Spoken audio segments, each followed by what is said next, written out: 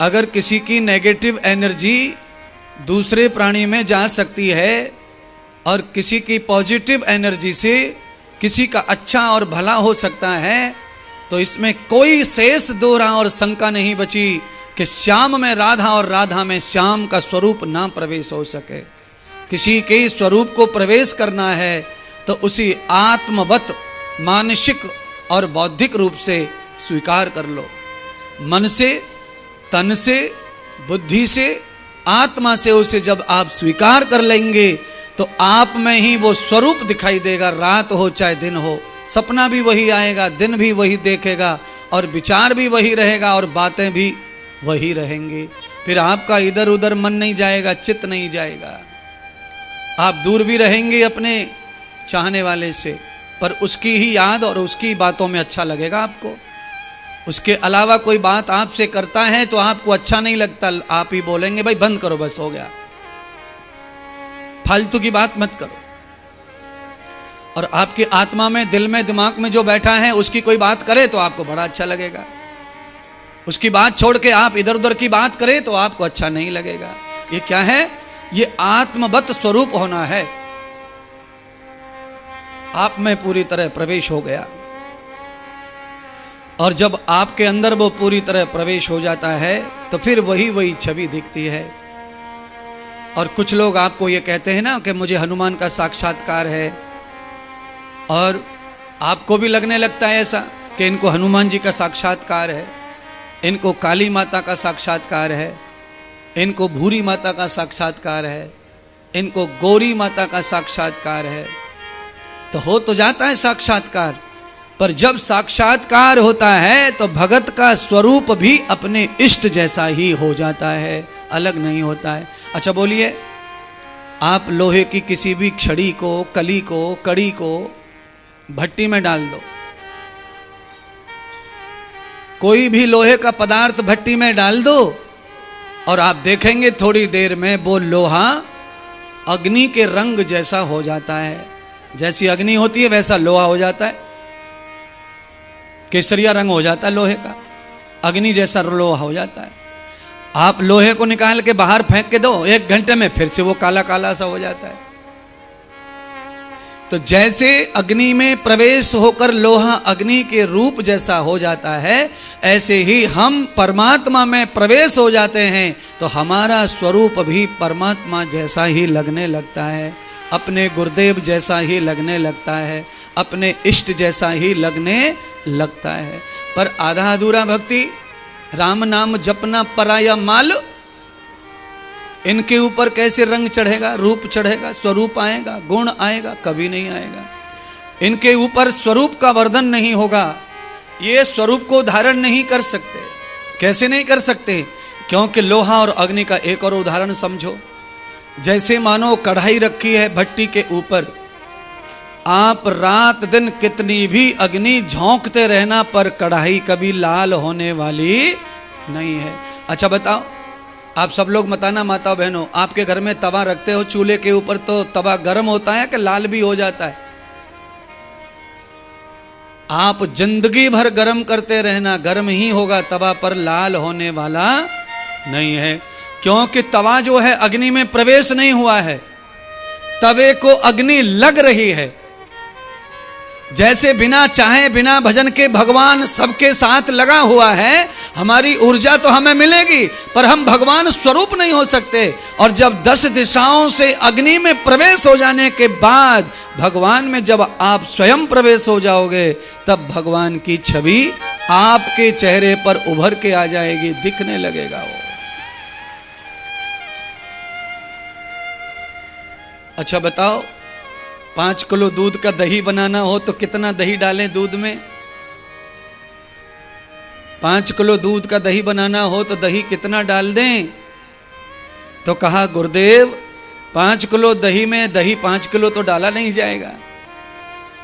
जितना सब्जी में जीरा डाला जाता है उतना ही दही दूध में डाला जाएगा। इतना सा दही डाल करके 10 लीटर दूध दही बन जाता है। इतना सा दही अब दूध को अपने स्वरूप में एक्सेप्ट कर लेता है, ऐसे ही परमात्मा का समर्पण इतना भी है आप में थोड़ा, तो वो भी आपको एक्सेप्ट कर लेंगे परमात्मा, वो भगत बना लेंगे, आपको अपना शिष्य बना लेंगे। दही दूध को दही बना लेता है, तो भगवान आपको भगत बना लेंगे। पर आप तो बहुत ही चालू हैं, स्वार्थी हैं, मतलबी हैं। महाराज 16 सोमवार करें मैंने, इसका क्या फल है? तो मैंने कहा सूखे कुआं में गिर के मरोगे, और क्या फल है? महाराज हमने एकादशी पकड़ी है, हमारा पति नहीं है, हम उद्यापन करें कि ना करें? अरे भैया, पति का क्या संबंध है एकादशी से? एकादशी से विधवा का कोई संबंध नहीं है। एकादशी तो प्राणी मात्र के लिए, यानी मानव के लिए है, स्त्री हो या पुरुष हो, सुहागन हो या विधवा हो, सन्यासी हो या गृहस्थी हो, कोई फर्क नहीं पड़ता। एकादशी उद्यापन करो, चाहे सोमवार उद्यापन करो, कोई भी करो। क्या फल है? अगर मैं आपको फल बता दूं कि 16 सोमवार करने से लड़की का अच्छा पति आता है, अच्छा वर मिलता है, तो दूसरा पंडित जी बताएगा कि नहीं, ये तो सोमवार का अच्छी संतान के लिए होता है। अब लो, हम तो झूठे पड़ गए। अब तीसरा पंडित जी कहेगा ये तो दुकान चलाने के लिए, व्यापार बढ़ाने के लिए होता है। लो, तीसरा भी झूठा पड़ गया। इसीलिए ये व्रत का क्या फल होता है, ये ना पूछ कर केवल भगवान का भजन करते रहो, किसी चक्कर में मत पड़ो। इसका क्या फल, उसका क्या फल, उसका क्या फल, क्या फल है किसी को पता नहीं है। सब सुनी सुनाई बातें ही बता रहे हैं। केवल मैं प्रैक्टिकल कह रहा हूं, राम भजन कर लोगे तो सब व्रतों का फल प्राप्त हो जाएगा। बांका रूप बन गया भगवान, बिहारी बांके हो गए। सारे देवता देख रहे महाराज, यह दर्शन कौन नहीं करना चाहेगा? अच्छा बोलो, पांडाल में हमारी माताएं जो है औरत बन के आई हैं, पुरुष बन के आए हैं, और कथा होने के बाद में जो पुरुष हैं वो लेडीज बन के जाएं यहां से, और लेडीज पुरुष बन के जाएं, तो कितना हल्ला मच जाएगा मीडिया में कि महात्मा ने ऐसा टोटका कर दिया कि पब्लिक को बर्बाद कर दिया। लड़कियां सब पुरुष लड़ गए, लड़के बन गए, लड़के सब लड़कियां बन गए।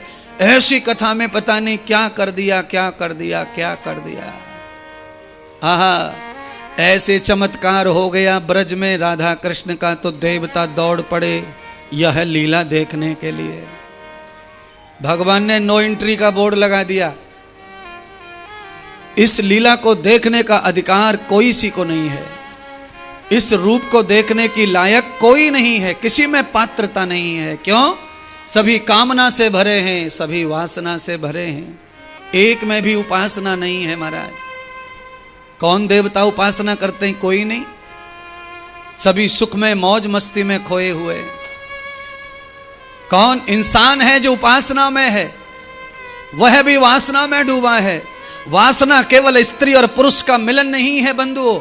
वासना कहते हैं संसार के किसी भी वस्तु पदार्थ से लगाव हो जाना, वही वासना कहलाती है। आप और की नजर में वासना क्या है? आपकी नजर में वासना क्या है? आपस में स्त्री पुरुष गलत सोचें, गलत करें, ये वासना है ना? केवल इतनी वासना नहीं है। संपुष्टम वर्धनम यस्य एवं कर्म भूषणम। आपके मन में पानी पूड़ी को देख करके मन हो गया कि खा लो, ये वासना है। जब से मन नहीं था, क्योंकि आपकी आंखों के सामने पानी पूड़ी वाला ठेला नहीं दिखा तो मन भी नहीं था, ध्यान भी नहीं था। जैसे ही सामने ठेले वाला देखा कि ध्यान आया, आंखों ने देखा तो मन पड़पड़ाया। इसको वासना कहते हैं। किसी भी चीज को देखकर मन उसमें रम जाए, उसको ही वासना कहते हैं। मनम व्यापकम त्वया वसति, आकृति आकर्षण प्रवृत्ति युक्तम अप्राप्तः।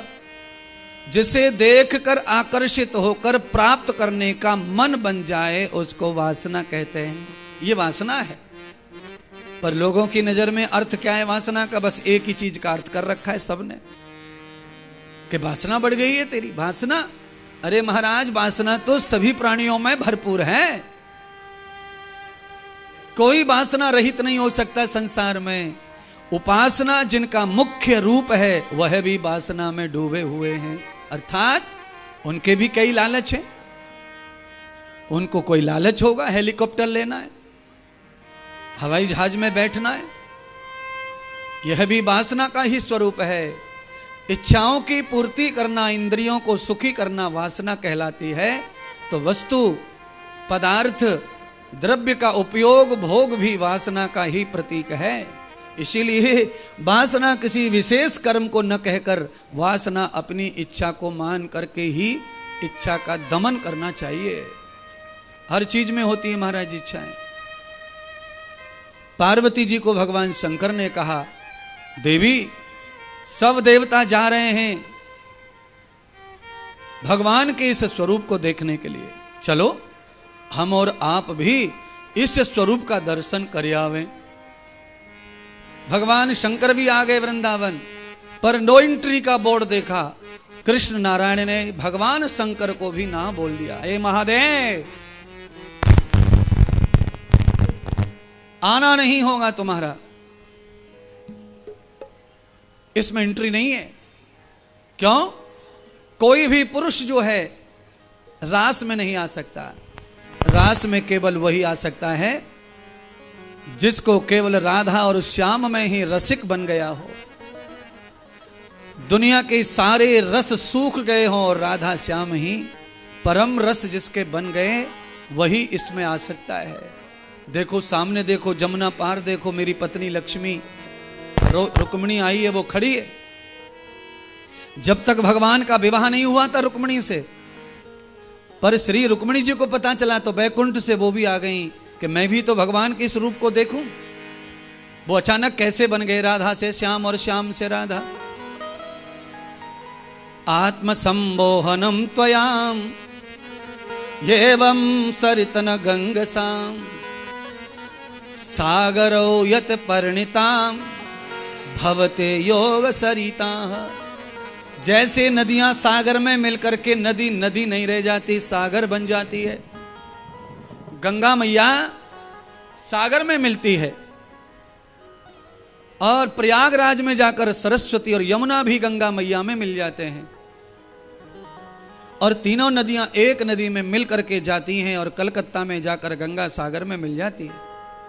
और जैसे ही गंगा सागर में मिलती है तो गंगा नहीं रह जाती है, वहां सागर बन जाती है। ऐसे ही जीव आत्मा, मैं और आप जब भगवान से मिलते हैं तो हम नहीं रह जाते, हम भी सागर यानी कि हम भी भगवान का ही स्वरूप बन जाते हैं। आतक्षता विलक्षतौ आलक्षिता विलक्षतौ त्वया रूपम परवर्ती।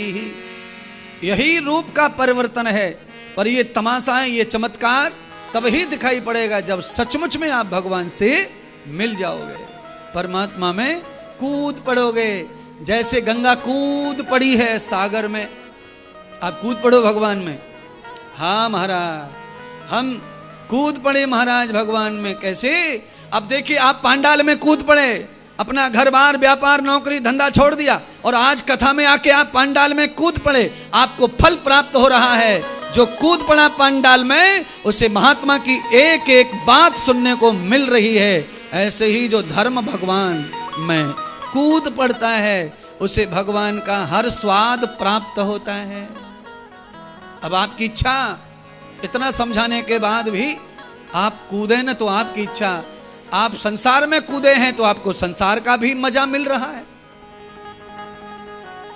सब रो रहे हैं थोड़ा थोड़ा, सब क्लेश में हैं थोड़ा थोड़ा, सब अपनी परेशानी यहां वहां बता रहे हैं थोड़ा थोड़ा। क्यों? यही कारण है संसार में कूदने का। शंकर भगवान रास के बगैर रह नहीं पा रहे, तो शंकर ने कहा कैसे आ सकते हैं, कोई उपाय बताइए, पर हमें एंट्री करो, हमें आपको इस रूप में देखना है। तो शंकर भगवान को आदेश दिया नारायण ने, जाइए और आप भी भक्ति रूप बन के आइए। शंकर वंकर को दर्शन नहीं होगा इस रूप का, आपको हमने दर्शन करा दिया बचपन में गोकुल में, अब इस रूप में दर्शन नहीं होगा। तो कहा कौन सा रूप? तो कहा स्त्री रूपाण। स्त्री रूप का मतलब है भक्ति रूप बन के आओ। स्त्रियों में थोड़ा ज्यादा भाव भक्ति पाई जाती है पुरुष की अपेक्षा। पांडाल की संख्या से भी पता चल सकता है कि स्त्रियां ज्यादा हैं। मंदिर में, मस्जिद में, तीर्थ में भी पता चल सकता है। संख्या सब जगह महिलाओं की ज्यादा है, धर्म के नाम पर, पूजा के नाम पर, व्रत के नाम पर। और महात्मा साधुओं के बताए हुए टोने टोटके भी माताएं ज्यादा करती हैं और पुरुष कम करते हैं। अच्छा, माताएं कितना ज्यादा कर लेती हैं मालूम है? पति के नाम का खुद ही कर लेती है, बेटे के नाम का भी खुद ही कर लेती है, और बस चले तो मामा, फूफा, जीजा, भुआ, भतीजे सबके काम खुद ही कर लेगी। हाँ, सबके नाम का खुद ही फोड़ देगी कुल्लड़।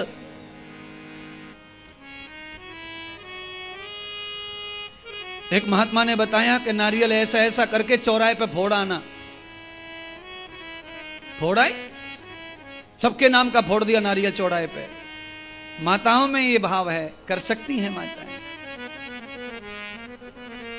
शंकर भगवान ने नारायण को देखने का निश्चय किया, श्री राधा जी का दर्शन पाना था, क्योंकि इस लीला में शंकर जी ने राधा को अपना गुरु मान लिया है। गुरुदेव का ज्ञान लेना है तो जैसा गुरुदेव स्वरूप दें वैसे स्वरूप को जो स्वीकार करता है उसे गुरु की पूरी कृपा प्राप्त हो जाती है। पर आजकल कलयुग है, यहां गुरु के द्वारा दिया हुआ स्वरूप कोई नहीं लेना चाहता। सब गुरुदेव गुरुदेव तो करते हैं, पर सब अपनी मन की सुनते हैं, अपनी बुद्धि की सुनते हैं। गुरुदेव का खाली मतलब हल करते हैं, गुरुदेव से अपना स्वार्थ निकालते हैं। बाकी जब गुरुदेव कहते हैं कि भाई ऐसा कर लो, स्वरूप तुम्हारा, कर्म ऐसा कर लो, वहां भी अपना मन और बुद्धि लगाएंगे, करें या ना करें। अरे महाराज, गुरुदेव ने आज्ञा की है तो कुछ सोच के ही तो किया होगा। तुम्हारे इलाज के लिए क्या जरूरी है, तुम्हारी सफलता के लिए क्या जरूरी है, तुम्हारे उद्धार के लिए क्या जरूरी है, तुम्हारी संपत्ति को बढ़ाने के लिए, शरीर को स्वस्थ करने के लिए क्या आवश्यक है। केवल एक गोली से कोई ठीक हो जाता है?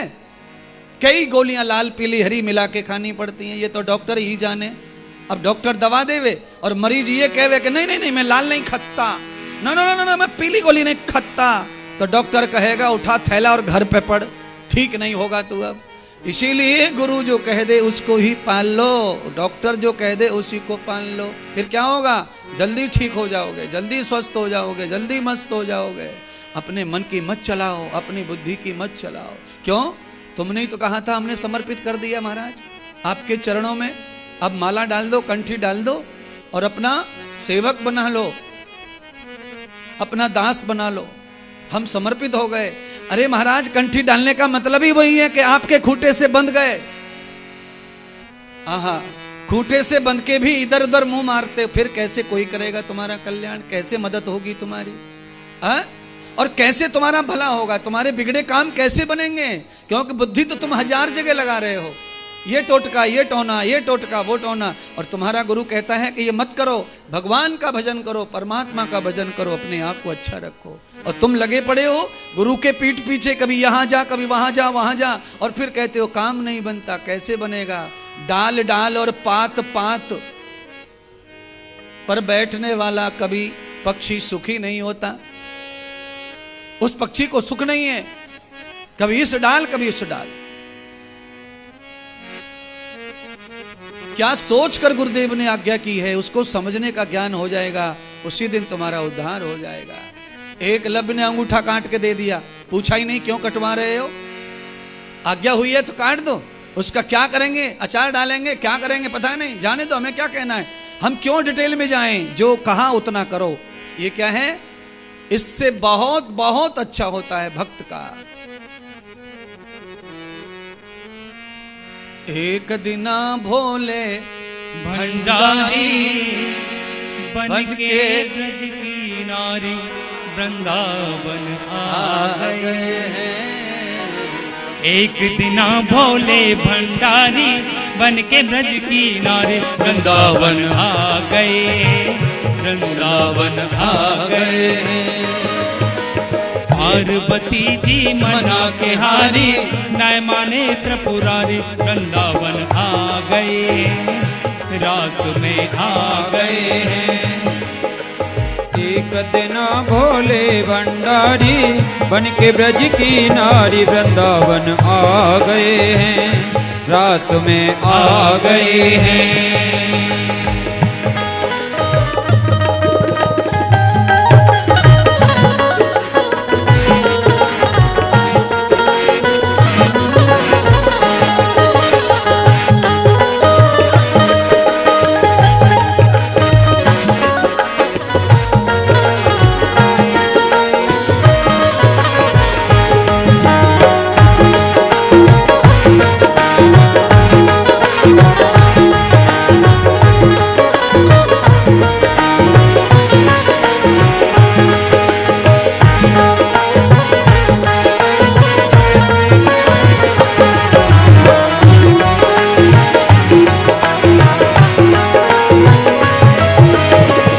पार्वती से बोले मैं भी चलूंगा तेरे संग में, तेरे संग में।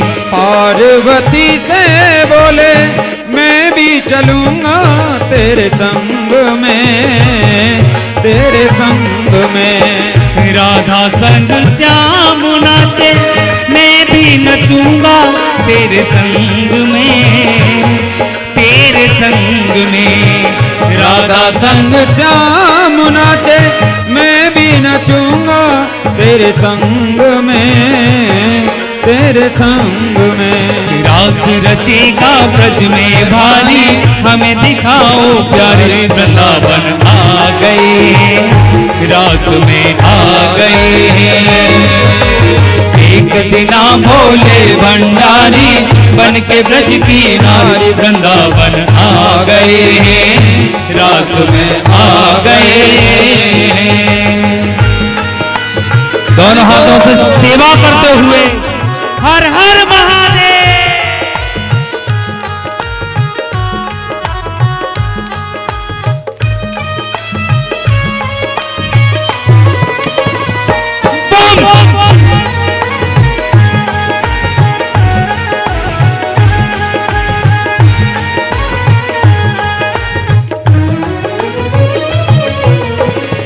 ओ मेरे भोले स्वामी कैसे ले जाऊं तुम्हें रास में, महारास में।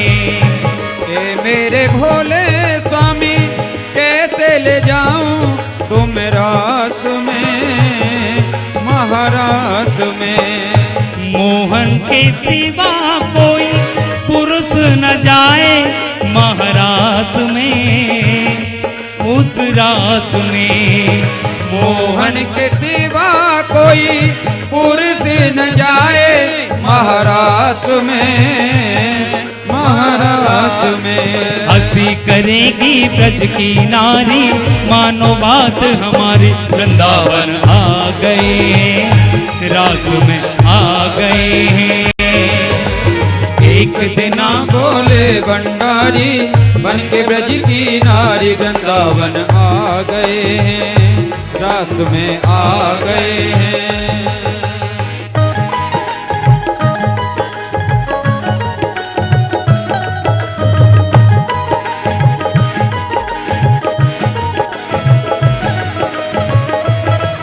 बोल सतगुरुदेव भगवान की जय हो।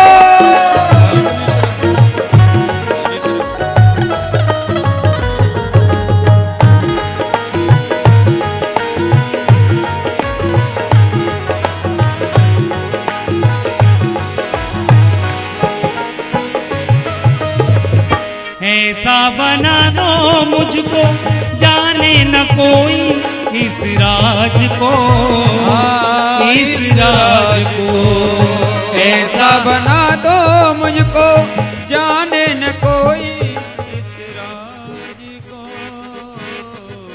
अजय तुम्हारे पिताजी खड़े नहीं हो सकते, इसीलिए तुम तो हो खड़े।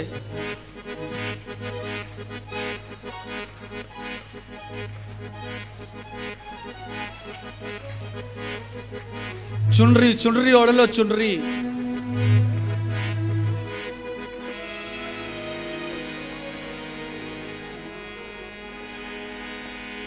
ऐसा सजा दो मुझको जाने न कोई इस राज को, इस राज को।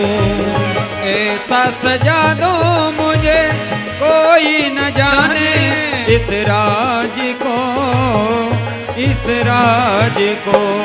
मैं हूँ सहेली तेरी ऐसा बताना ब्रजराज को, ब्रजराज को। मैं हूँ सहेली तेरी ऐसा बताना ब्रजराज को, ब्रजराज को। बना के जूड़ा पहन के साड़ी चाल चले मत वाले वृंदावन आ गए हैं, रास में आ गए हैं। एक दिना भोले भंडारी बन के ब्रज की नारी वृंदावन आ गए हैं, रास में आ गए हैं। एक दिना भोले भंडारी बन के ब्रज की नारी वृंदावन आ गए हैं, रास में आ गए हैं। वृंदावन आ गए हैं, रास में आ गए हैं। वृंदावन आ गए हैं, रास में आ गए हैं। बोलिए श्री रास बिहारी लाल की जय हो। श्री गोपेश्वर महादेव की जय हो। प्यारे बंधुओं माताओं बैठ जाएं और बड़े प्रेम से बैठें बिना शोरगुल के। फिर मैं प्रार्थना करूंगा कि जहां भी जिसको जगह मिल रही है, दुकान में, मकान में, पेड़ के नीचे, वहीं से आनंद लेते रहिए। आज सबको पुण्य प्राप्त हो भागवत जी का। भगवान शंकर ने गोपी रूप धारण किया, तब श्री भोलेनाथ को प्रभु दर्शन हुआ। इस पावन रास की कथा भागवत के 8 अध्यायों में गाई है।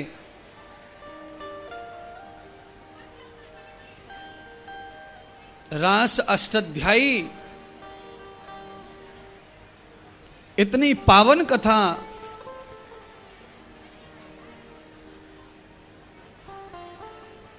शिव गोपी बनकर के वृंदावन वास करने लगे।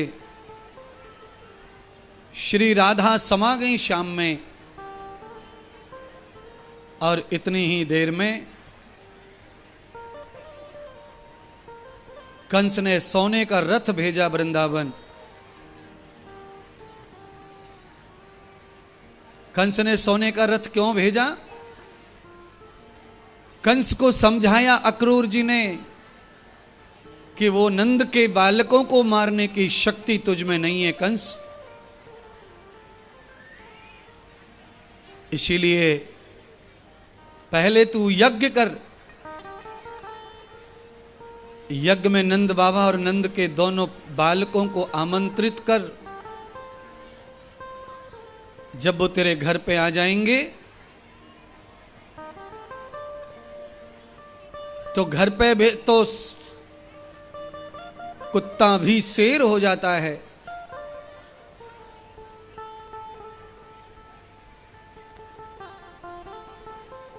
तो तेरा बल काम करेगा और वो निर्बल हो जाएंगे। तो बुला के मार दे छल कपट से। अक्रूर जी कौन है? तो कहा ये कृष्ण भगवान के काका हैं, श्री वसुदेव के भ्राता।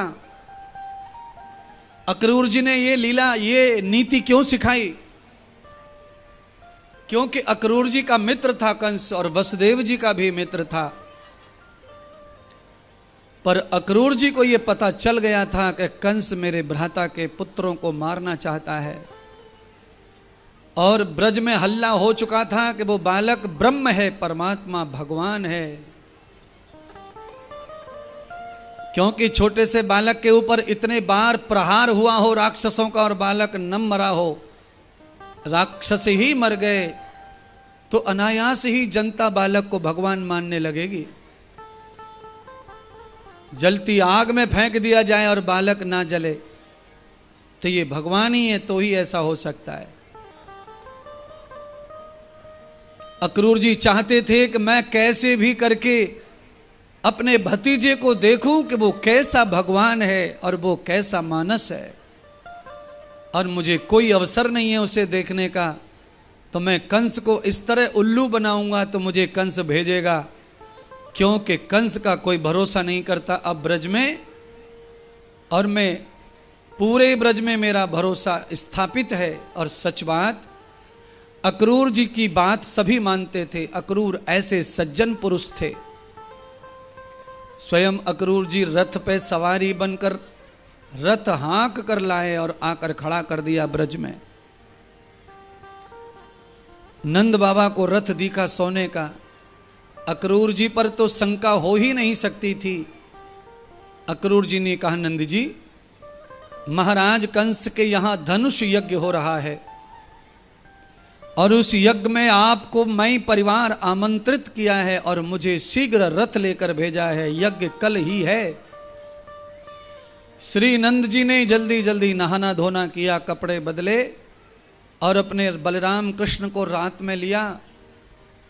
सखा रोने लगे तो भगवान ने सखाओं को भी साथ ले लिया और भगवान मथुरा की ओर चल पड़े।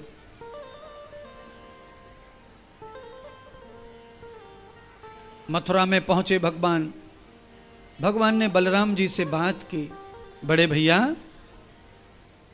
बाबा अपने को शहर और बाजार देखने नहीं देंगे, अभी हम छोटे हैं, पर हमें तो मथुरा का बाजार देखना है, और हमारे जो मित्र हैं, सखा हैं, इनके कपड़े लत्ते भी अच्छे नहीं हैं। मामा के घर जा रहे हैं तो कपड़े लत्ते तो टनाटन होना, और हम तो सब फटे हाल हैं, सब सखा, किसी का पजामा फटा है, कुर्ता फटा है, किसी की धोती सिमटी है, फटी है। यज्ञ में ऐसे कपड़ों से जाना अच्छा नहीं होगा, हमारे मित्र हैं ये, तो पहले कपड़ों की व्यवस्था हो। तो कहा बाबा सो जाएंगे तब ना। दोनों बालकों ने बाबा के चरण दबाए और बाबा को गहरी नींद प्रदान कर दी। महाराज बच्चों ने पैर दबाए नंद बाबा के और बाबा सो गए। रात्रि में उठे बच्चे और सखाओं के साथ चल पड़े मथुरा घूमने। रास्ते में कंस का धोबी कपड़े धोकर प्रेस करके ले जा रहा था, रथ में रखकर। भगवान ने रथ रुकवा लिया और कहा, बताओ इतने सारे कपड़े किसके ले जा रहे हो चुरा कर?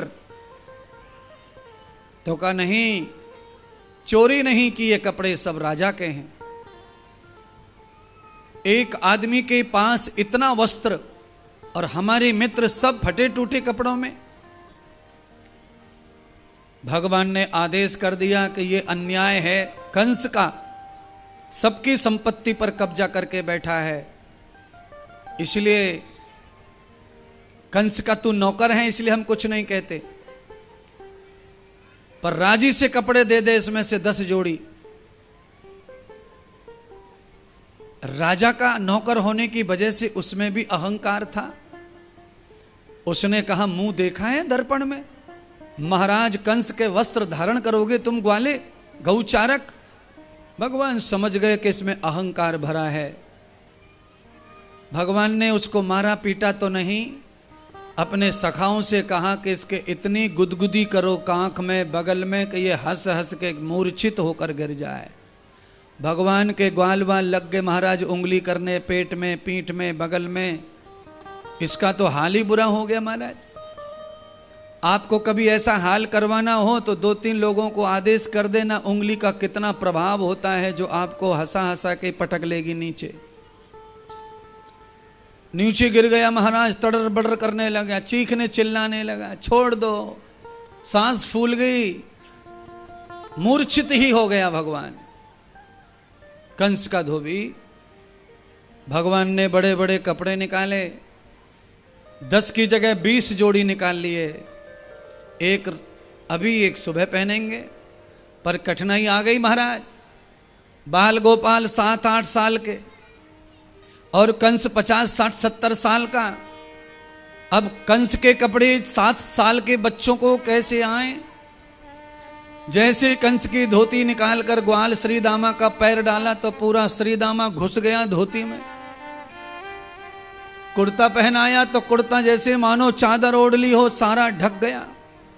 अब तो भगवान बड़े परेशान, पूरी रात पीसा और पारी में सकेला, इतना मारा पिटा चुट्टा चिट्टा हुआ और कपड़े भी मिले पर किसी काम के नहीं है। अब क्या करें? जब समय अच्छा चलता है तो काम अच्छे बनते हैं। सामने से दर्जी आ गया, पहचान लिया, ए नंद के लाला, हमारे मथुरा में क्या कर रहे हो रात्रि में अपने सखाओं के साथ? तुम कौन हो?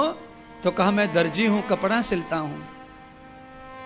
ओहो, भगवान ने कहा अगर तुम हमारे बाबा को प्यार करते हो तो हम सबके कपड़े तत्काल तैयार करो, ये बड़े कपड़ों को छोटा कर दो और तैयार कर दो। कहते हैं दर्जी ने सब भगवान के कपड़े बना बना कर सखाओं को पहनाए, सारे सखा सुंदर हो गए। तब ही भगवान ने दर्जी को आशीर्वाद दे दिया, धन्य कर दिया। तो भगवान के कपड़े जो मुफ्त में सिलेगा उसका व्यापार नित्य बढ़ता चला जाएगा, वो बहुत धन का स्वामी हो जाएगा। इसीलिए मैं तो सभी दर्जी टेलरों को कहना चाहता हूं कि ठाकुर जी के लिए अपनी तरफ से भी कभी कभी कपड़े सिल के दान कर दिया करो मंदिरों में। उद्धार होगा, तुम्हारा कल्याण होगा, दुकान चलेगी, काम चलेगा। आगे भगवान बढ़े तो पहुंच गए मिठाइयों की दुकान वाले मार्केट में, बनियाओं के मोहल्ले में। बनिया खिलाने पिलाने लेने देने में बहुत ज्यादा हाथ अच्छे होते हैं। सब लोग खड़े हो गए अपनी अपनी दुकान के आगे। नंद के लाला, आज तो रबड़ी खाओ, आज तो मलाई खाओ, आज तो रस खाओ, आज तो लाला तुम पान खाओ। भगवान का स्वागत किया, सम्मान किया और मिष्ठान से मुंह मीठा कराया। भगवान ने वरदान दे दिया कि तुम हमेशा ही लक्ष्मी के साथ ही रहोगे, तुम्हारे को बरकत लक्ष्मी में निरंतर होगी, तुम्हारे व्यापार में रुचि बनी रहेगी, लक्ष्मी आवागमन तुम्हारे घर रोज करेगी। सारे व्यापारी धन्य कर दिए भगवान ने। परमात्मा आगे बढ़े तो वहां पर कुछ अकड़ू लोग भी मिले तो भगवान ने उनको अकड़ने का ही वरदान दे दिया। आगे भगवान और बढ़े तो कंस का महल आ गया। वहां पर खड़ी थी कुब्जा, जो रोज कंस के चंदन का तिलक लगाया करती थी और लेप करती थी शरीर पर स्नान के लिए। जबकि ये कथा है तब साबुन नहीं था नहाने के लिए,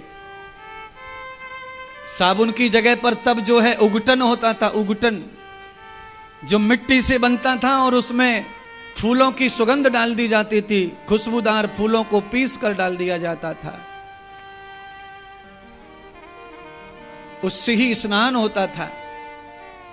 चमेली का तेल लगाया जाता था स्नान के समय, फिर पानी से नहाया जाता था। शरीर दिन भर खुशबू देता रहता था और तेल भी नहीं रह जाता था पानी डालने से। आप ये कह रहे होंगे महाराज तुम उस समय जमाने में थे जो इस सब बातें जानते हो। हाँ थे, हम कोई आज के थोड़ी हैं, हम भी पूरी जड़ हो चुके हैं, पूरी तरह से पुंडा हो गए महाराज, पेड़ पुराना है। और कुछ तो जीवन में अनुभव किया है और कुछ बुजुर्गों से सब सीखा है, उसको भी याद रखा है। बुजुर्ग जो बात बता के जाएं वो किसी भी जवानी में भूलनी नहीं चाहिए, क्योंकि बुजुर्गों का ज्ञान कभी झूठा नहीं होता और न किताब का होता है। वो ज्ञान उनका अनुभव का ज्ञान होता है, अनुभव का ज्ञान। किताब के 100 किताबों का ज्ञान एक तरफ और एक बूढ़े आदमी का ज्ञान एक तरफ, तो 100 किताब का ज्ञान कम पड़ेगा और एक बुजुर्ग के अनुभव का ज्ञान ज्यादा पड़ेगा। उदाहरण के लिए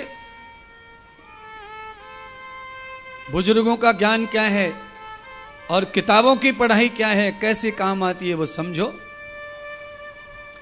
एक विवाह की बात चल रही थी, एक लड़के का विवाह हो नहीं रहा था। लड़की वाले आते अलग अलग शर्त रखते, एक लड़की वालों को लड़का पसंद आ गया, पर उन्होंने भी शर्त रख दी।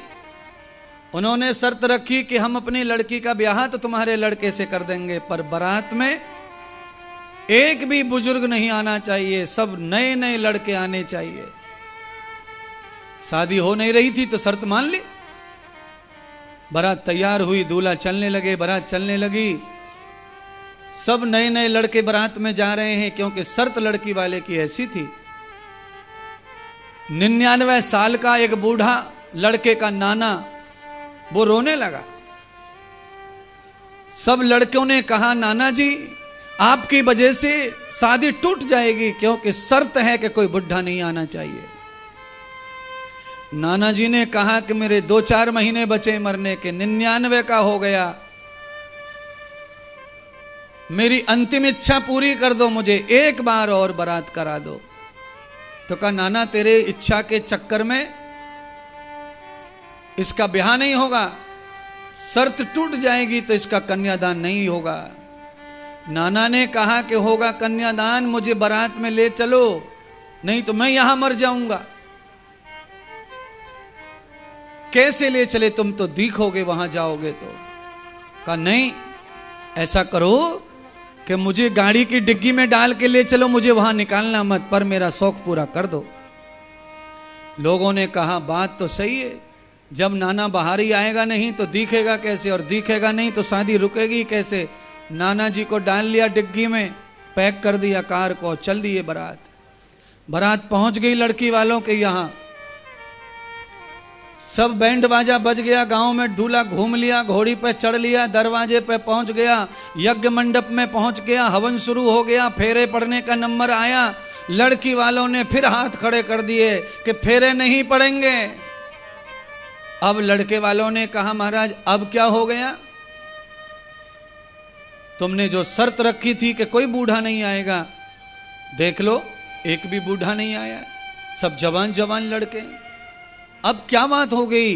तो लड़की वाले ने कहा, बात यह है कि एक शर्त तुमने मानी है, हमारी दूसरी शर्त यह है कि हमारे गांव में नदी बहती है पानी की, उस नदी का पानी तुम्हारे सभी बाराती और दूल्हा और तुम सब लोग मिलके सुखा दो, और उस नदी में दूध की नदी बहा दो, तो लड़की का कन्यादान होगा, अन्यथा होने वाला नहीं है।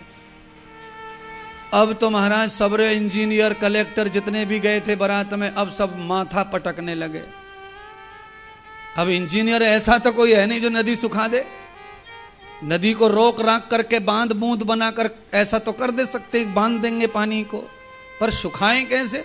अच्छा सुखा भी दें तो दूध कहां से बहाएं, सब डिस्टर्ब हो गए महाराज। अंत ये हुआ कि बारात लौट के चल दी, दूल्हा भी मोहर पोहर उतार दिए, मुकुट बंधन, लौट के चल दी बारात। घर वालों ने कहा कि अब शादी कैंसिल होगी, बारात लौट के जा रही है, बेचारे नाना को काहे को डिग्गी में डाल के रखा है, वो मर जाएगा, अब बाहर निकाल लो। नाना बाहर निकला, नाना ने पूछा हो गया ब्याह, लड़की विदा हो गई, वापस चल दिए। सब रोने लगे, नाना जी लड़की वालों ने शादी नहीं की। क्यों? क्योंकि उन्होंने शादी के समय, फेरों के समय ये शर्त रख दी नहीं कि गांव की नदी का पानी सुखाकर उसमें दूध की नदी बहा देगा लड़का, और लड़के घर वाले तो हम अपनी बेटी का ब्याह करेंगे, नहीं तो नहीं करेंगे। नाना जी ने कहा बस इतनी बात के लिए शादी कैंसिल हो गई, चलो मुझे लेके चलो, शादी लेने करने आए हैं तो शादी करके ही जाएंगे। नाना जी तुम क्या कह रहे हो, ऐसे कैसे होगा, नदी कैसे सूखेगी, दूध का कैसे नदी बहेगी। नाना जी ने जाकर के लड़की वालों से बात की, सभी बारातियों ने कहा कि अब शादी तो होने वाली है ही नहीं, तो चलो एक चांस और ले लो, बाबा को बतरा लेने दो जाते जाते नाना को। नाना जी पहुंचे, नाना जी ने लड़की वाले को कहा भैया शर्त क्या है बताओ दोबारा। तो कहा शर्त यह है कि हमारी गांव की नदी को पानी को सुखाओ और दूध की नदी बहाओ। नाना जी ने कहा कि तुम्हारी तो सब शर्त हो गई, पर हमारी भी एक आध शर्त मानी जाएगी कि नहीं। लड़की वालों ने कहा रिश्ता होना है तो एक आध तो लड़के वालों की भी सुनी जाती है, बताओ। नाना जी ने कहा कि दूध की नदी हम बहा देंगे, तुम पहले अपनी नदी के पानी को सुखा दो। तुम पानी सुखाओ, हम दूध बहाएंगे। अब तो महाराज लड़की वाले और लड़की वालों के संग में सरपंच प्रधान सब सिटर पिटर करें। लड़की वाला पसीना छोड़ गया, क्योंकि वो पुड़िया फेंकने वाले थे न, लड़की वाले वैसे फेंकू थे। ऐसी शर्त रख दो जिससे हो ही ना। नाना जी ने अपने 99 साल के अनुभव का प्रयोग किया, बुद्धि लगाई। लड़की वालों ने नाना के चरण पकड़ लिए। हे नाना, हमसे न पानी कभी सूखने वाला है, और फिर कैसे नदी में दूध बहेगा। तो कहा हमारे पास तो है चमत्कार दूध बहाने का, पर नदी का पानी तो सुखाओ। अंत तो यह हुआ कि लड़की वालों ने हार मान ली। पानी सूखने वाला ही नहीं था, तो दूध की नदी का सवाल ही नहीं उठने वाला था।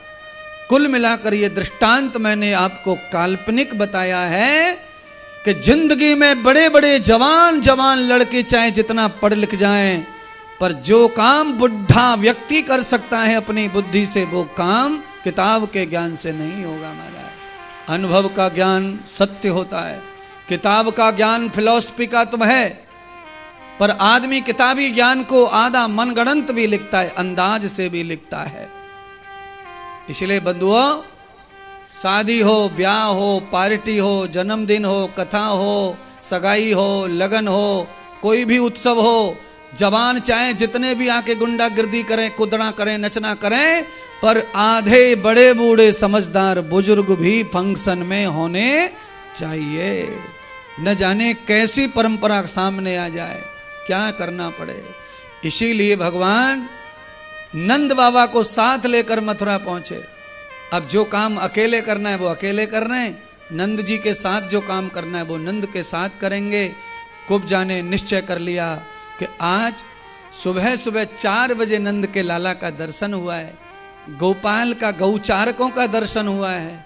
शास्त्र कहता है कि गौ सेवा करने वाले का दर्शन सुबह उठते ही हो जाए तो समझ लेना तुम्हारे ऊपर आज लक्ष्मी की कृपा बरसने वाली है।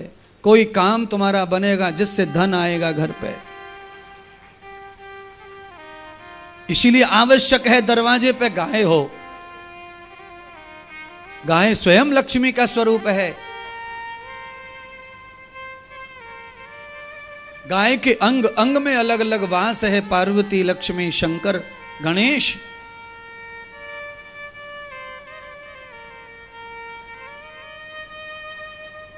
कुब्जा ने चंदन लगा दिया भगवान को। भगवान ने चंदन लगाने के फल में कुब्जा को सुंदर बना दिया। भगवान महल में प्रवेश हो गए। कंस के धनुष रखा था, तोड़ दिया रात में ही। कंस के सैनिकों ने प्रतिशोध किया। बलराम की घूसा और गदा चली, सब धराशायी हो गए। सूर्य उदय हो उससे पहले पूरी टीम को लेके भगवान लौट आए बगीची पर। नंद जी को उठाया, निलाया और रथ लेकर चले। बाबा चलो, अब हम मामा के यज्ञ में चल रहे हैं। और मामा का यज्ञ होगा कहां से, वो तो रात में ही सब खत्म कर आए भगवान यज्ञ का तमाशा। इसीलिए किसी भी प्रकार का यज्ञ करना हो तो उसमें हमारा दिल बिल्कुल साफ होना, नीयत बिल्कुल अच्छी ही होनी चाहिए। कैसी नीयत होनी चाहिए? मैं जो भी पूजा पाठ कथा यज्ञ कर रहा हूं, इससे मेरे समस्त समाज का कल्याण हो, इस भावना से जो करता है उसका कथन, उसका कथा पूर्णतः सफल हो जाती है, पूर्णतः धन्य हो जाती है। महाराज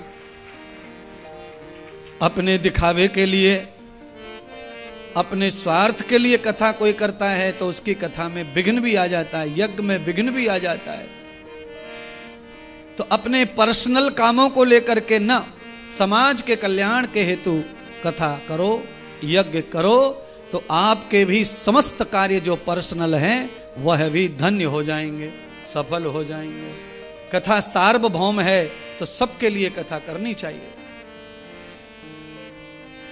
पहले ही दिन कह दिया था श्री रामकृष्ण जी ने कि गुरुदेव कथा तो वृंदावन में भी हम कर लेते, पर हमें गांव में कथा इसलिए करवा रहे हैं कि हमारे गांव और हमारे क्षेत्र का उद्धार हो, कल्याण हो, इसलिए कथा जो है धन्य होती है, कथा सफल होती है महाराज। हाँ, और कथा में यह भी होता है कि मेरे ही बेटे का उद्धार हो, मेरे ही पप्पा का उद्धार हो, मेरे ही दद्दा का उद्धार हो, तो कथा फिर स्वार्थी हो जाती है, मतलबी हो जाती है। सबका कल्याण हो तो मेरा कल्याण स्वयं हो जाएगा।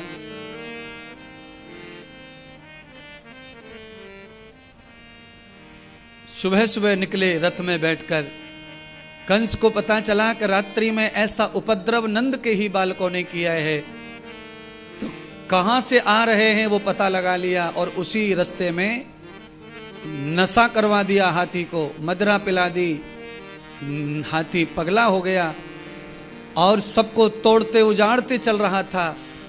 भगवान को भी मारने के लिए हाथी छोड़ा था।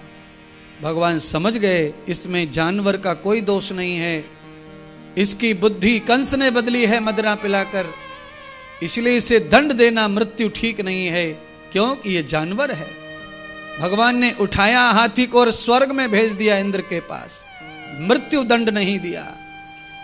कंस के महल में पहुंच गए और कंस ने अपने राक्षसों को पढ़ा के रखा था, जैसे ही कृष्ण प्रवेश करे आक्रमण कर दो। नंद बाबा के साथ रथ से उतरकर महल में प्रवेश किया। चाणूर और मुष्टक नाम के दो पहलवान राक्षस, बहुत बलवान, अचानक धोखे से आक्रमण किया। दोनों बालक युद्ध करने लगे। नंद बाबा को घबराहट होने लगी, मेरे छोटे छोटे बच्चों के साथ छल किया। बाबा गैर होश होकर गिर पड़े। आज मेरे छोटे छोटे बालक नहीं बचेंगे इन दुष्टों के हाथों से। बाबा मूर्छित हो गए। बलराम और कृष्ण ने सफाया कर दिया राक्षसों का। कंस की गर्दन पकड़ ली, बैठ गए छाती पर। दय मुक्का दय मुक्का दय मुक्का, प्राण हरण कर लिए कंस के। कंस का प्राण जब निकल रहा था तब ही कंस को दर्शन हुआ चतुर्भुज नारायण का कृष्ण के रूप में। कहते हैं कंस भगवान के दर्शन करके मृत्यु को प्राप्त हो गया, तो उसकी भी मुक्ति हो गई भगवान के दर्शन से। अंतोदयान दर्शनम प्रभम यस्यम यस्मिन् आचरः। जिस प्राणी के आचरण में भगवान आ जाए दर्शन में मृत्यु के काल के समय, अंतिम श्वास में, तो उसके पाप भी माफ हो जाते हैं और उसे भगवत धाम भी प्राप्त हो जाता है। इसीलिए हर समय दिमाग में भगवान का ही चरित्र चलने दो, क्योंकि हम और तुम इतने अज्ञानी हैं, हमको नहीं पता कि हमारी अंतिम श्वास कब रुकेगी। कभी भी रुक जाए तो रुक जाए। हर समय प्रभु का अगर चिंतन चल रहा है तो मरते मरते प्रभु का चिंतन होगा, तो सबरी चिंता सबरे पाप भगवान नष्ट कर देंगे, माफ कर देंगे और अपनी शरणागति ग्रहण करा देंगे भगवान। इसलिए बंधुओं, इस कथा से समझ लो, शाम को भजन कर लेंगे, सुबह कर लेंगे, ठीक है, करो, 2 टाइम तो करो, पर दिन भर काम करते करते क्या घिस रहा है तुम्हारा भजन करने में? झाड़ू लगा रहे हैं, झाड़ू पोंछा लगा रहे हैं, गाते रहो भजन, भगवान का नाम स्मरण करते रहो, क्या फर्क पड़ता है? हनुमान जी कोई काम करते, राम का नाम लेते, जय श्री राम। हाँ बोलो। काम करने से पहले इसी को बोलते थे हनुमान जी, इसीलिए वेग आ जाता था, काम में शक्ति आ जाती थी। हनुमान जी उड़ने लग जाते थे ताकत से। बोलिए, क्या बिगड़ा? बोलो, क्या बिगड़ा जय श्री राम बोलने में तुम्हारा? अलग से कोई टाइम दिया? 2 बार सुबह शाम झाड़ू पोछा रख के बगल में नहा धो के करो और दिन भर काम के साथ राम को भजते रहो। क्यों? अच्छा बोलो, बिना पटरी के रेल चल सकती है क्या? है? अच्छा, पटरी कहां बिछी हुई है धरती पे? तो फिर रेल तो धरती पे चल सकती है ना, आरसीसी का लेंटर डलवा दो रोड की तरह, चल जाए तो चल जाए, और नहीं चलेगी। बिना पटरी के जैसे रेल नहीं चल सकती, वैसे ही भगवान के बिना अपना जीवन भी चल सकता नहीं है। रेल जितनी देर चलती है पटरी पर रहती है, मेरी तुम्हारी श्वास जितनी देर चले पटरी पर रहे, पटरी पर रहे, पटरी पर रहे। कैसे पटरी पर?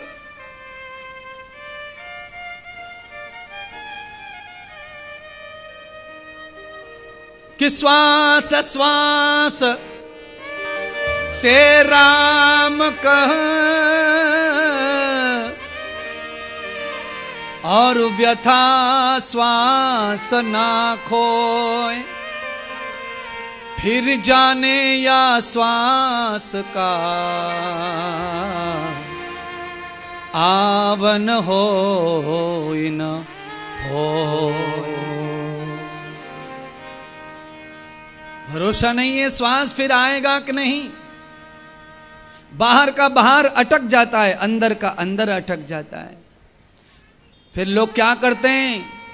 लोग करते हैं फिर मुंह में मुंह रख के फूंक मारते हैं कि आ जाए आ जाए। छाती में धक्का मारते हैं, मास्क लगाते हैं, ऑक्सीजन लगाते हैं। ऑक्सीजन से भी श्वास तब लौटती है जब नारायण ने ना बंद की हो। सांस में शरीर छोड़ दे सांस तो ऑक्सीजन से लौट आती है 2-4 दिन के लिए, पर नारायण ने जब बंद कर दिया लॉक तो अब ऑक्सीजन भी कुछ नहीं कर सकता। तो क्या करें फिर महाराज? आप ही रास्ता बता के जाओ। लीजिए रास्ता हमारे पास, तो आपको बताने के लिए बहुत रास्ते हैं। ये श्वास जो भगवान ने दी है, एक भी श्वास हमारी व्यर्थ नहीं जानी चाहिए। भगवान के नाम के साथ काम करते रहो। रोटी बनाओ, काम करते रहो। आटा लगाओ, करते रहो। सब्जी काट रहे, जपते रहो। गाड़ी चला रहे, भजते रहो। हाँ, अच्छा बोलो, गाड़ी में आदमी गीत भजन तो चलाता है, कार में डैग चलाता है, टेप रिकॉर्डर चलाता है, गाने सुनता है मोबाइल से लगाकर ब्लूटूथ पर। ये सब काम आदमी गाड़ी में करता है, पर फिर गाड़ी में जब ये सब करता ही है तो ये चाहिए ही चाहिए संगीत। तो फिर अपने अंदर संगीत जो तुझे भगवान ने दिया है, अंदर बैठा है तेरे नारायण नारायण नारायण, तो उसको गायन करना, उस संगीत को बजाना, अपने आप निकालना उसकी ध्वनि को।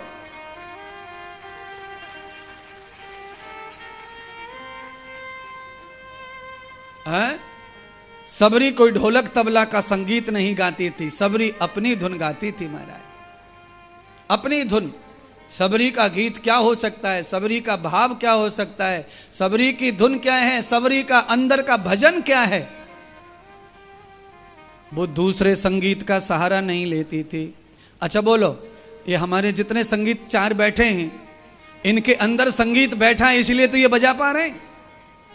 एक एक इंजेक्शन लगा दो इनको गैर होशी का, फिर ये हाथ चलेगा इनका, तब बजाएंगे ढोलकिया।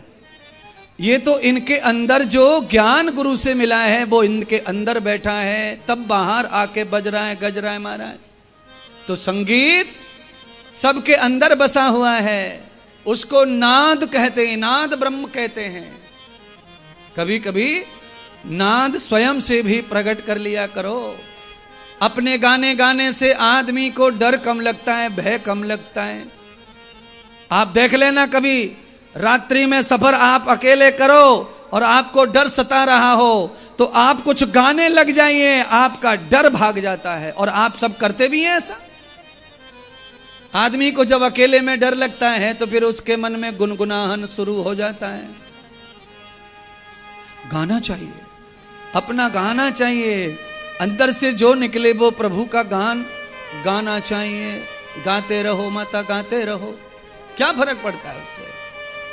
आजकल क्या है, कान में वो लगा लेते हैं ढक्कन सा और अपने मन को बहलाने के लिए उसको सुनते रहते हैं, और वो निकाला तो उनको बोर लगता है, बोर हो रहा है, बोर हो रहा है महाराज। ना, बोर इसलिए हो रहा है क्योंकि तुमने अपने आप को जोड़ा नहीं है सचमुच में संगीत से।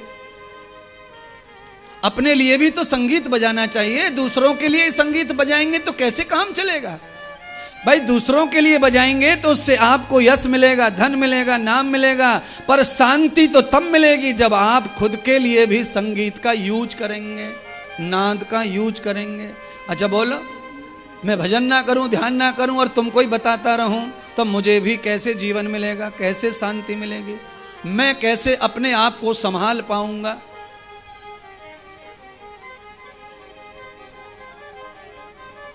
कि राम नाम गाया नहीं,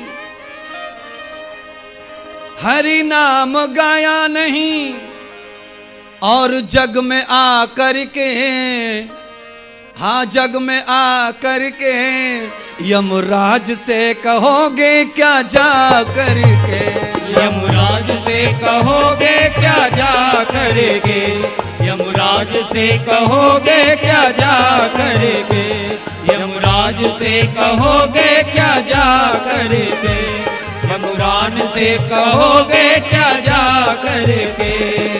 राम नाम गाया न, राम नाम गाया, प्रभु नाम गाया न, हरि नाम गाया न, आ करके जग में आ करके यमराज से कहोगे क्या जा करके, यमराज से कहोगे क्या जा करके, यमराज से कहोगे क्या जा करके।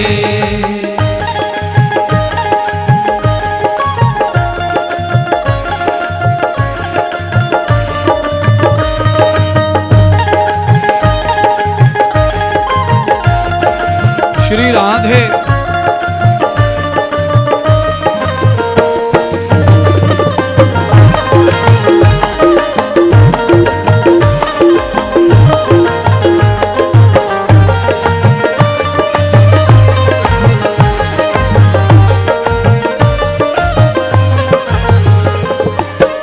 गर्भ में देखी नरक नसैनी, गर्भ में देखी नरक नसैनी, गर्भ में देखी नरक नसैनी, गर्भ में देखी नरक नसैनी, गर्भ में देखी नरक नसैनी, गर्भ में देखी नरक नसैनी, तब ही बचन भरे तूने प्राणी, तब ही वचन भरे तूने प्राणी। मुझे गर्भ से बाहर निकाल दो परमात्मा, ये नरक मुझे सहन नहीं हो रहा है। अब बाहर जाके क्या करेगा, तो कहा इस गर्भ में दोबारा ना आना पड़े मलमूत्र के डिब्बे में, इसलिए मैं तुम्हारा भजन करूंगा। पर बाहर आके ही माया ने लपेट लिया, भजन भजन सब भूल गया, वायदा भी भूल गया। गर्भ में देखी नरक नसैनी, गर्भ में देखी नरक नसैनी, तब ही बचन भरे तूने प्राणी, तब ही वचन भरे तूने प्राणी। भजन करूंगा चित लगा करके, चित लगा करके भगवान से कहोगे क्या जा करके, मेरे राम से कहोगे क्या जा करके, भगवान से कहोगे क्या जा करके, भगवान से कहोगे क्या जा करके, मेरे राम से कहोगे क्या जा करके, भगवान से कहोगे क्या जा करके, मेरे राम से कहोगे क्या जा करके, भगवान से कहोगे क्या जा करके, मेरे राम से कहोगे क्या जा करके। सच्चिदानंद भगवान की जय हो। कंस का वध हो गया, भगवान कृष्ण के हाथों से उद्धार हो गया कंस का। कंस को मुक्ति देकर भगवान ने कंस की पत्नियों को ढांढस बंधाया, अपने माता पिता को कारागृह से मुक्त किया, अपनी मां के पिता महाराज उग्रसेन जी को जेल से रिहा करके मुक्त करके राजा बनाया, और परमात्मा कृष्ण सीधे बलराम जी को लेकर नंद बाबा को लेकर के अवंतिकापुरी में महर्षि संदीपनी के आश्रम में पहुंचे। वहां जाकर भगवान ने गुरु बनाया और अध्ययन प्रारंभ कर दिया। भगवान श्री कृष्ण अध्ययन करते रहे बलराम जी के साथ। सुदामा और उद्धव जैसे परम मित्र गुरुकुल में बने कृष्ण के। अध्ययन पूरा हुआ। 11 बरस तक गुरु सेवा की भगवान कृष्ण ने। स्वयं भगवान कृष्ण गुरु सेवा को कितना महत्व देते हैं। हमारे सनातन धर्म में गुरु सेवा को गोविंद से भी बड़ी सेवा माना गया है।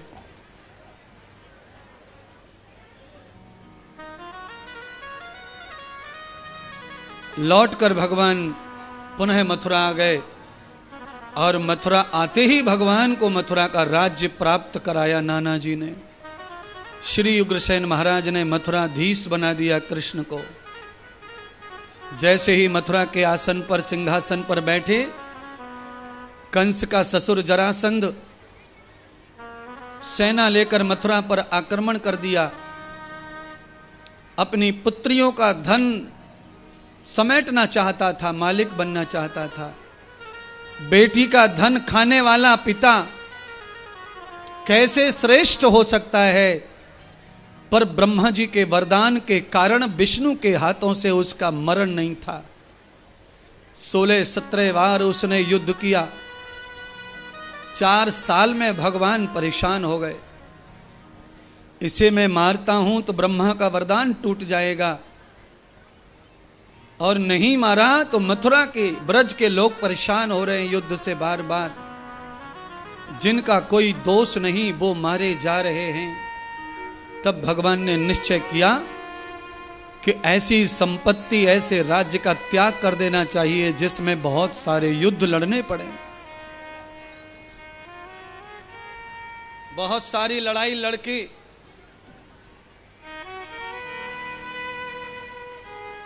कोई धन, कोई मकान, कोई दुकान अगर हमें मिल भी जाए 10-20 साल युद्ध लड़के, केस लड़के, 20 लाख की दुकान नहीं 30 लाख कोर्ट में खर्च हो गया।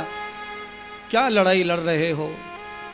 अपने भाग्य और पुरुषार्थ पर विश्वास करो, मेहनत पर बहुत आगे जाओगे। कई दुकानें बना लोगे। एक बार चक्कर में पड़ गए इसके तो बहुत पैसा लुट जाएगा और कुछ नहीं हो पाएगा। भगवान ने निश्चय कर लिया कि जहां अशांति हो, संपत्ति और सम्मान को लेके वो स्थान छोड़ देना चाहिए।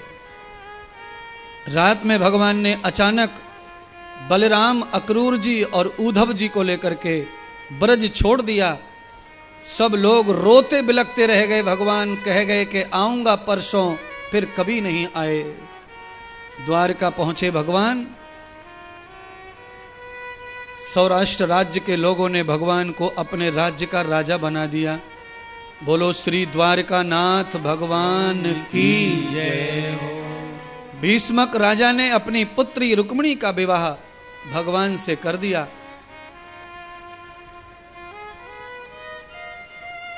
रुक्मिणी के गर्भ से बालक का जन्म हुआ, जो काम देवता का अवतार था।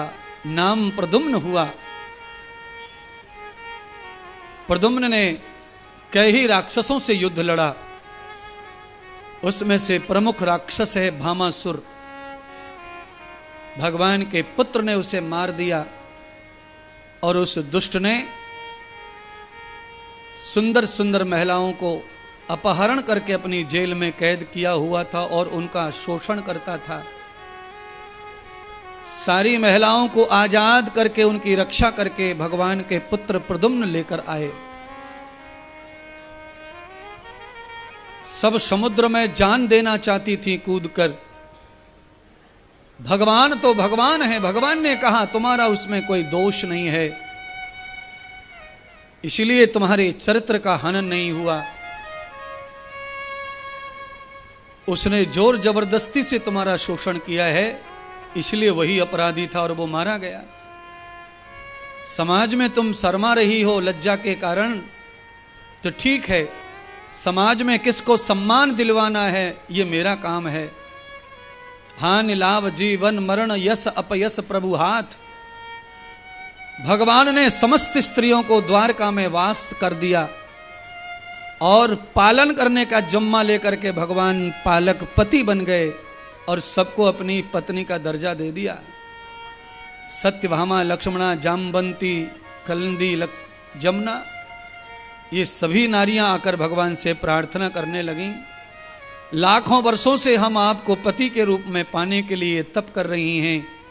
आपने वचन दिया था कि द्वापुर में कृष्ण अवतार में आप हमारी इच्छा पूरी करेंगे, तो भगवान ने उनकी इच्छा पूरी की।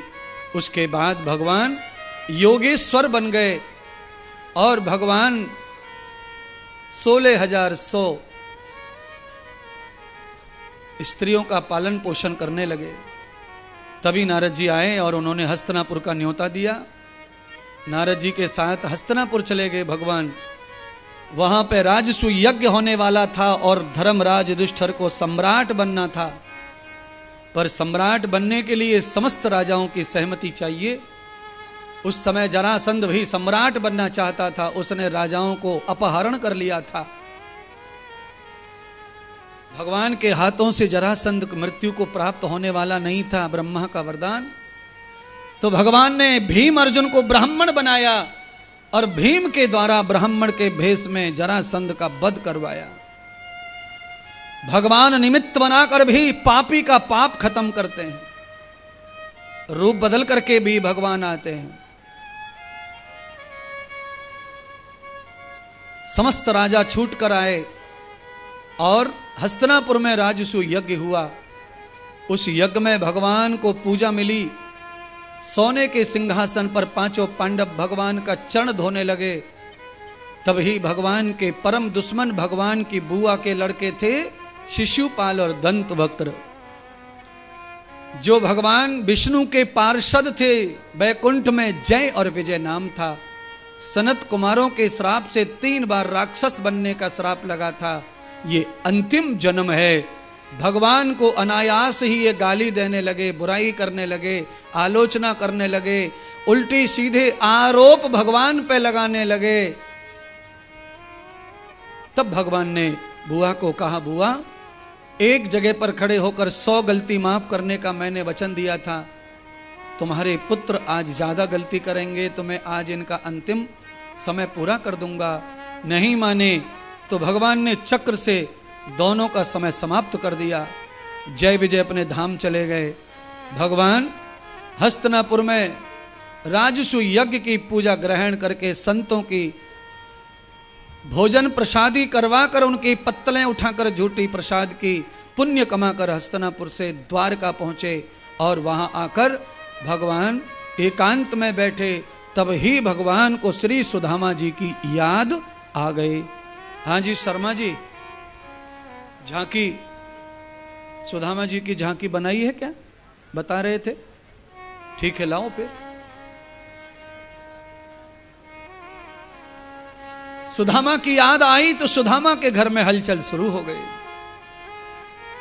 सुदामा की पत्नी सुशीला ने अपने पति को कहा, स्वामी आप 50 वर्षों से गरीबी और दुख भोग रहे हैं, क्यों नहीं अपने मित्र जिनका आप निरंतर नाम जपते हो, क्यों न उनके घर जाकर के अपनी दुख कहानी सुनाओ, वो मदद करेंगे। कहा, नहीं सुशीला, जिनका हम भजन करते हैं, जिनको हम भगवान मानते हैं, उनको दुख में कभी भी परेशान नहीं करना चाहिए और उनसे कुछ मांगना नहीं चाहिए, क्योंकि मांगत मांगत मान घटे और शान घटे नित के घर जाए। आप बिना बुलाए किसी के घर रोज जाओ रोज जाओ रोज जाओ, आपकी शान कम हो जाएगी, आपका इज्जत कम हो जाएगी। आप रोज किसी से मांगते रहो, आपका मान घट जाएगा। ये सब करना नहीं चाहिए। जहां नेत्रों में आपको पाने के लिए आंसू बरस रहे हैं उस घर जाइए, और जहां कंचन ना बरसे उस घर जाने की कोई जरूरत नहीं है। आपके जाने के लिए लोग रो रहे हैं, तरस रहे हैं, विलाप कर रहे हैं, क्यों नहीं आ रहे मेरे गुरुदेव, क्यों नहीं आ रहे, क्या गलती क्या पाप हो गया। ऐसी जगह अवश्य जाना चाहिए, परमात्मा कहते हैं। पर जहां आपके आने और जाने दोनों का कोई फर्क ही नहीं है तो वहां नहीं जाना चाहिए।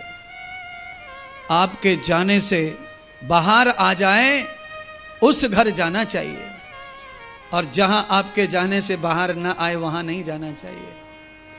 कई घर तो ऐसे होते हैं कि आप उनके घर चले जाओ, अंदर कमरे में सो रहा है बेटा तो वो उठता ही नहीं है, मामा आया है तो आ जा, फूफा जी आए हैं बेटा, फूफा जी, कोई फर्क नहीं पड़ रहा फूफा कूका से।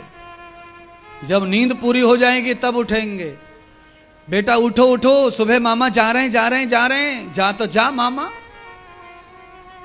कोई नहीं उठ रहा। ऐसे घर में फूफा मामा जीजा सब सुन लो, ऐसी रिश्तेदारी में जाना आना रोक दो। एक की जगह 1000 बार कोई बुलाए चलाए तब ही जाओ। क्यों? पैर पड़ने चाहिए किसी के घर में तो उसके घर में खुशी आनी चाहिए, खुशी आनंद आना चाहिए, तो जाना सार्थक है।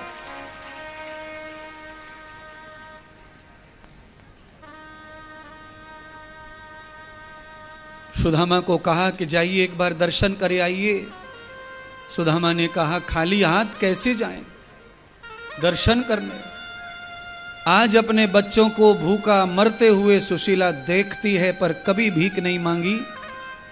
आज भगवान को प्रसाद अर्पण करना है, घर में है नहीं तो पड़ोसी के घर भीख मांग कर लाई।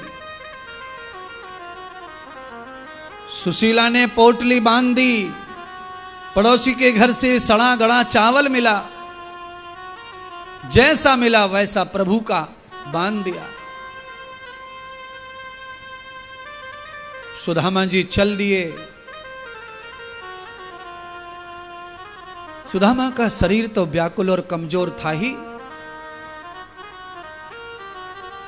और इतना कमजोर कि सुदामा से चला भी नहीं जा रहा है। पैर की एड़ियां फटी हैं, पैर की उंगलियां तड़की हैं, पैर में कोई पादुका तो है नहीं, नग्न पैर है। कांटे लग गए रास्ते में और कांटे टूट भी गए। सुदामा चले जा रहे हैं, गिर रहे हैं, पड़ रहे हैं, लहू लुहान हो गए सुदामा। अंत ये हुआ कि रोते बिलखते सुदामा द्वारका नगरी में पहुंच गए। द्वारका में पहुंचे तो दरवाजे पर पहरेदार खड़े थे। पहरेदारों के सामने सुदामा आए तो द्वारपालों ने सुदामा को रोक लिया। ए भिखारी, कहां घुसा जा रहा है? राजा का महल मैला हो जाएगा तेरे चरण पड़ने से। सुदामा को आज तक गरीबी का गम नहीं था, पर आज भगवान के द्वार पर, मित्र के द्वार पर भी अपमान मिलेगा गरीबी को देख करके, ये अंदाज न था।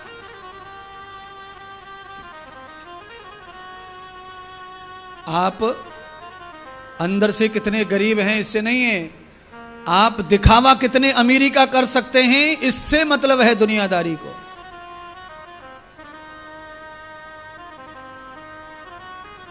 कई लोग तो ऐसे होते हैं, मोटरसाइकिल लेके निकलते हैं घर से, काला चश्मा, मोबाइल की रीढ़ गले में, और पीछे से कुत्ता घुस गए घर में, दरवाजा तक नहीं है घर में, इतनी कड़की चल रही है, पर गांव में गाड़ी घूमेगी तो चश्मा लगा के ही। आपके सबके गांव में, आपके सबके मोहल्ले में 2-4 लोग ऐसे मिलेंगे जिनके पास गले में मोबाइल की रीढ़, चश्मा काला, कपड़े घुटने से पैंट जीन्स फटेला, फटा हुआ जीन्स अमीरी का प्रतीक है महाराज। जितने अमीर कोई होते जाते हैं उतना ही घुटने पर फड़ा हुआ कपड़ा पहनते जाते हैं महाराज। अच्छा देखो, कपड़े का शौक अमीर को नहीं होता है, गरीब को होता है। गरीब आदमी के लिए होली आ जाए, दिवाली आ जाए, कोई शादी आ जाए तो कैसे कपड़े खरीदते महाराज, कोरे कोरे कपड़े। और अमीर लोग कोरे भी खड़ी रहेंगे तो उनमें फटेला होना, फटा हुआ होना। जालीदार होना, मच्छर घुस जाएं और काट लें अंदर जाकर, है जी। कथा में तो सुदामा द्वार पे पहुंच गए, अभी तक यहां तो आ नहीं रहे, रास्ते में कहां फंस गए। इतनी भीड़ में से काहे को ला रहे मरे मराए को।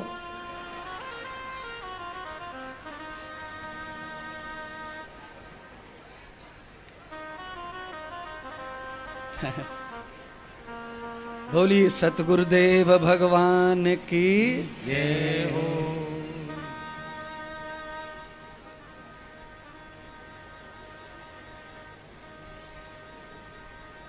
आजा भैया जल्दी आजा, यहां पे कर लेना जो करना है।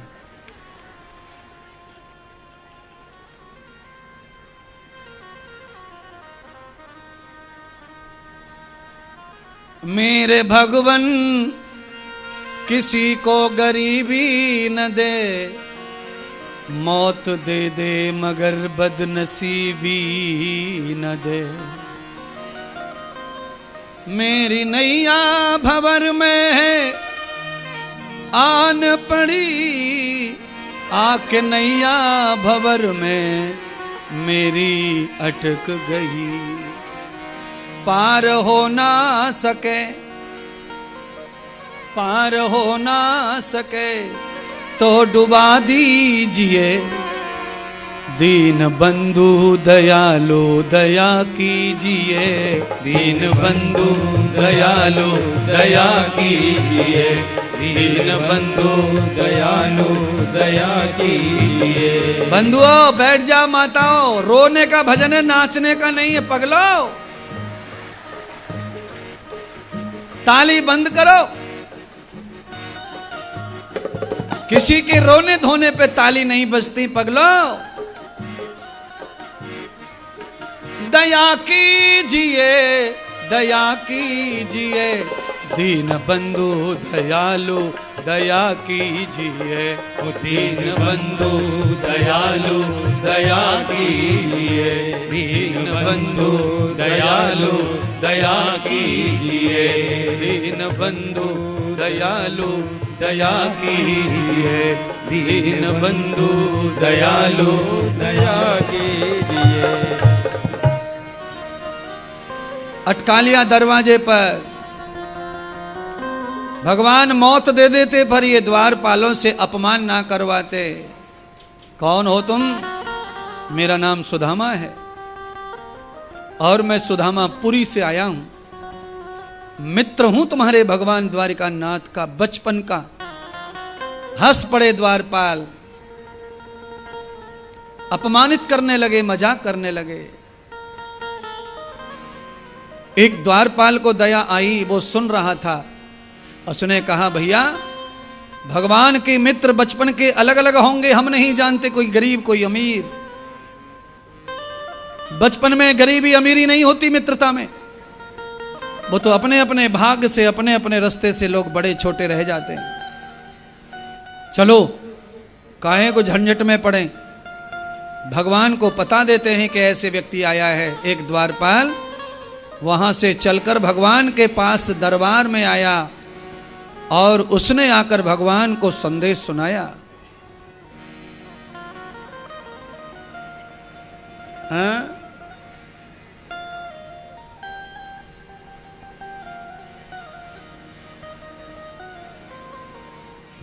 उसको भेज दो डंडे वाले को।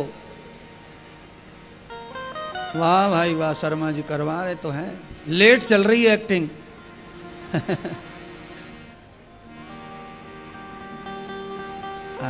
भाग के जाओ, भाग के पकड़ो, जाके सुदामा का हृदय पकड़ो, भाग के।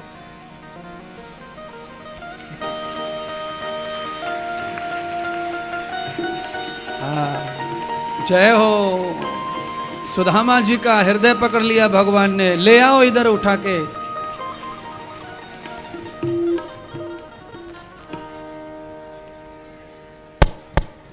सुदामा को हृदय से धारण कर लिया, ले गए महल में भगवान और जाकर के अपने सिंहासन पर बिठा दिया। चरणों को धोने लगे भगवान। रुक्मिणी जी से जल मंगाया। रुक्मिणी बड़ी हैरान है। फटे हाल सड़े गले ब्राह्मण की चरण धो रहे भगवान, ऐसा क्या है इस ब्राह्मण में? ये तो केवल भगवान जानते, लक्ष्मी नहीं जानती थी सुदामा का चरित्र क्या है।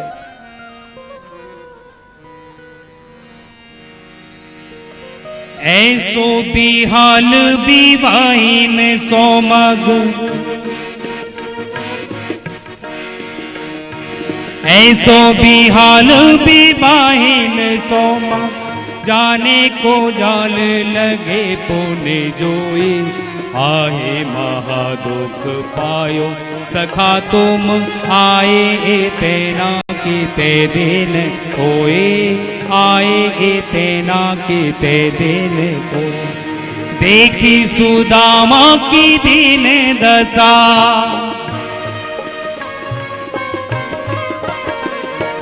देखी सुदामा की दीन दशा, करुणा करे के करुणा निधि रोए, पानी परात को हाथ छुयो नहीं, नैनन के जल सो पग धोए, नैनन के जल सो पग धोए, नैनन के जल सो पग धोए।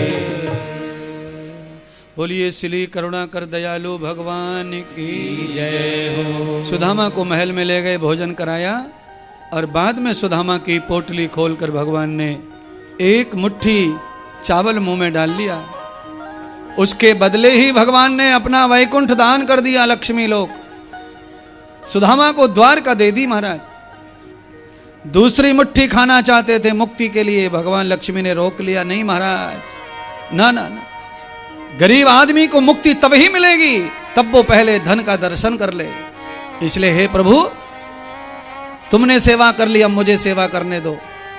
लक्ष्मी माता सुदामा के घर चली गई सेवा के लिए और सुदामा का पूरा काया पलट कर दिया, महल बना दिया। सुदामा की पत्नी और बच्चे सब भगवान के बच्चे हो गए, सुदामा के स्वरूप बदल गया। भगवान ने सुदामा को पावन विदाई दी और सुदामा अपने घर पर पहुंचे तो लक्ष्मी और नारायण दोनों का दर्शन सुदामा ने अपने घर पे किया। सुदामा के साथ सारे सुदामापुरी को भगवान ने काया पलट कर दिया, सबका उद्धार कर दिया। आज के सुदामा हमारे इस कथा के श्री रामकृष्ण पटवा जी हैं, इनकी वजह से ही भगवान कथा में आए हैं और पूरे क्षेत्र का उद्धार कर देंगे। सुदामा की भक्ति से सबका कल्याण हुआ। हमारे राम किशन जी का हमारे साथ प्रेम था। टीवी से जुड़े थे 10 साल से, बच्चों की तरह जिद करने लगे अपने बच्चों से, पुत्रों से, और ये कथा करवा ली मुझे बुलाकर। पूरे क्षेत्र का उद्धार कर दिया महाराज। वो जिद न करते, हम ना आते तो आज ये हजारों लोग कैसे आनंद पाते, कैसी कृपा बरसती सबके ऊपर।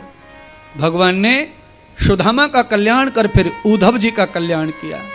उद्धव जी का कल्याण कैसे हुआ? दत्त भगवान के 24 गुरुओं का चरित्र सुनाया। भगवान की कथा से कल्याण किसी का ना हो ऐसा हो नहीं सकता, पर कभी न हो तो उसे गुरु भगवान और संतों के चरित्र सुनाने चाहिए। उसे सुनकर उसका निश्चित कल्याण हो जाता है। उद्धव को भगवान के प्रति भक्ति पैदा हो गई और कल्याण हो गया। फिर भगवान ने अपने माता पिता का कल्याण किया, अपने यदुवंशी सभी का कल्याण किया और सबको उपदेश दिया। अब मैं जा रहा हूं, लीला समाप्त हो गई हैं, इसलिए हे पुत्रों, अपने वंश को धर्म से, शिष्टाचार से कभी भी मुक्त मत करना। गाय का पालन करना, संत महात्माओं के चरणों की सेवा, कभी आलोचना नहीं करना महात्मा संतों की, आचार्य विद्वानों की। स्वार्थ में आकर कभी समाज के साथ गद्दारी न करना। दरवाजे पे परी कभी भी ऐसे जानवर का पालन न करना जो हिंसक हो। अपने द्वार पर सदैव गौ माता का पालन करना, उसके ही दूध से अपने जीवन का यापन और भोजन करना, दान और यज्ञ करके ही भोजन को प्राप्त करना। ये कहकर परमात्मा अदृश्य हो गए। बाद में भगवान ने यह लीला करते हुए दिखाया कि एक भील के बाण से भगवान का पैर लग गया, मानो कि उससे ही भगवान ने अपने शरीर का अंत किया। भगवान की बात कुछ लोगों ने मानी और कुछ यादवों ने नहीं मानी। यादव माने उनके बच्चों ने। तो जिन्होंने नहीं मानी बात कथा की, भगवान की, उनका नाश हो गया। और जिन्होंने प्रभु के वचन का पालन किया उनका संवर्धन हो गया, समाज का, जाति का और वंश का। राजा परीक्षित को सुखदेव जी ने यह कथा सुनाई और कहा, राजन अब देखो तुम्हारा सांप वो काल आके बैठ गया बगल में, वो डसेगा तुमको क्योंकि श्राप लगा है तुमको। राजा परीक्षित खड़े हो गए और अपने गुरुदेव का पूजन करने लगे। अपने हाथ में पितरों की, पूर्वजों की जितनी संपत्ति थी कुबेर में, खजाने में, सब दक्षिणा में दान कर दी गुरुदेव को। मेरे चले जाने के बाद मेरे धन दौलत का क्या होगा? आज मैं उऋण हो जाऊं गुरु के ऋण से, जिन्होंने मुझे कथा सुनाई है। कुबेर का खजाना दान कर दिया, वस्त्र पहना दिया, प्रणाम कर लिया और कहा, प्रभु अब आज्ञा करो काल को जो शरीर को नष्ट कर दे और मुझे प्रभु आपके चरणों का दास बना दे। राजा अपने स्थान पर बैठे, तक्षक नाम का सांप आया और राजा के चरण को डस लिया। भगवान सुखदेव कहते हैं, राजन, नारद जी कहते हैं, हे गार्गी, हे मैत्री, सनत कुमार कहते हैं, हे नारद, शंकर कहते हैं, पार्वती, ये नासवान चोला राजा परीक्षित ने त्याग दिया और सूक्ष्म शरीर आत्मा से भगवान नारायण शंकर के द्वार पर जाकर पहुंच गए, मुक्ति प्राप्त हो गई। सुखदेव भगवान कथा के साथ आए थे और कथा को लेकर विदा हो गए। तब भगवान कहां चले गए फिर? तो कहा उस समय भागवत रची जा रही थी व्यास जी के द्वारा। तो व्यास जी की भागवत के अक्षर श्लोकों में कृष्ण समा गए। उस समय कोई भगवान का ध्यान कर रहा था, उनके हृदय में समा गए। लक्ष्मी बाट देख रही थी वैकुंठ में भगवान लक्ष्मी के पास। यानी कि भगवान 3 स्थान पर ज्यादा रहते हैं, भगवान की कथा में, भक्तों के हृदय में और श्री वैकुंठ में। और सर्वत्र भगवान का निराकार स्वरूप व्यापक है। आप सब इस कथा के हमारे परीक्षित श्री रामकृष्ण जी और उनके पुत्र, उनका परिवार, परीक्षित को मुक्ति मिल गई थी दुख से। ऐसे ही शारीरिक व्याधि और दुख जो है, मानसिक दुख है, उनसे मुक्ति मिले यजमान परिवार को। श्री रामकृष्ण जी का स्वास्थ्य जो है पूर्णतः प्रसन्न हो जाए, अच्छा हो जाए।